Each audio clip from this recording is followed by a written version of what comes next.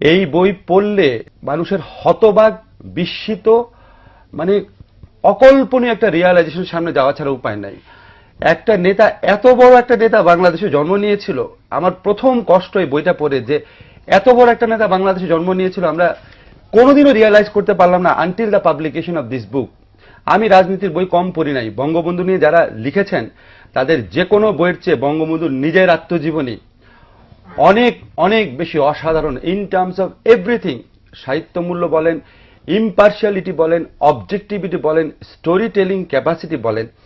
এবং আমি আপনাকে কি বলবো, আমি এই বইটা পড়ে আমার কয়েকবার মনে হয়েছে আমি একটা আর্টিকেল লিখি যে শেখ হাসিনাকে ধন্যবাদ, যিনি এই বইটা আমাদের সামনে হাজির করে দিয়েছেন। আমি অনেক বড় সমালোচক সরকারের শেখ হাসিনা, কিন্তু এই যে একটা কাজ উনি আমাদের করে দিয়ে গেছেন, এবং এই বইটা আমি পুঙ্খানুপুঙ্খভাবে চেষ্টা করেছি বুঝার জন্য এখানে কোনো কিছু ডিস্টর্ট করা হয়েছে নাকি। এখানে কোনো কিছু ডিস্টর্টও করা হয় নাই। কেন করা হয়নি আপনাকে বলি।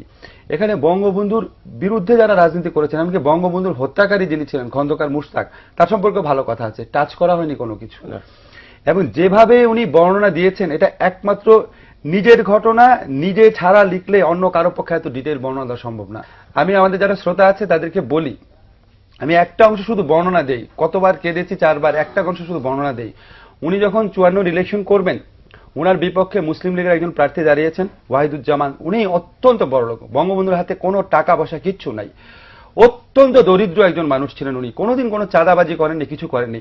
উনি যখন ইলেকশন করতে গেছেন, গরিব লোক কুড়ে ঘর থেকে বেরিয়ে এসে ওনাকে টাকা পয়সা দিত।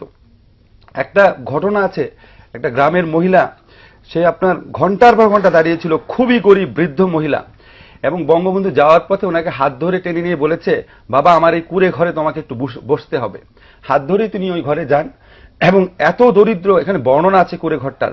তখন ওই মহিলা তাকে, বৃদ্ধ মহিলা তাকে 1 বাটি দুধ, একটা পান আর 4 আনা পয়সা এনে দেয়, ইলেকশন ফান্ডের জন্য আর কি। রেখে বলে, খাও বাবা, আর পয়সা কটা তুমি নাও, আমার তো কিছু করার নাই। আমার চোখে পানি লাগে, খুব টাচি কিছু বর্ণনা আছে। আমি মনে করি কি যে এই বইটা আমাদের কয়েকটা কারণে পড়া উচিত, শুধু ইতিহাসকে জানার জন্য না।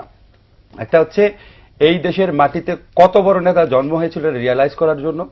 সেকেন্ড হচ্ছে বঙ্গবন্ধুকে, এই অনুসন্ধান আমার থাকবে। আমি আজকে শ্রোতাদের কাছে কমিট করে গেলাম যে এত বড় একটা গণতান্ত্রিক নেতা, এত বড় একটা স্যাক্রিফাইসিং নেতা, এত বড় একজন মানে ভালোবাসাপূর্ণ মানুষ, কি করেছিলাম আমরা ওনার সাথে। আমরা মানে ওই সময়ের আওয়ামী লীগের লোকজন, ওই সময়ের জাসদের লোকজন, ওই সময়ের স্বাধীনতা বিরোধীরা মিলে দেশে কি পরিস্থিতি সৃষ্টি করেছিল, এবং ওই সময় আন্তর্জাতিক ষড়যন্ত্র।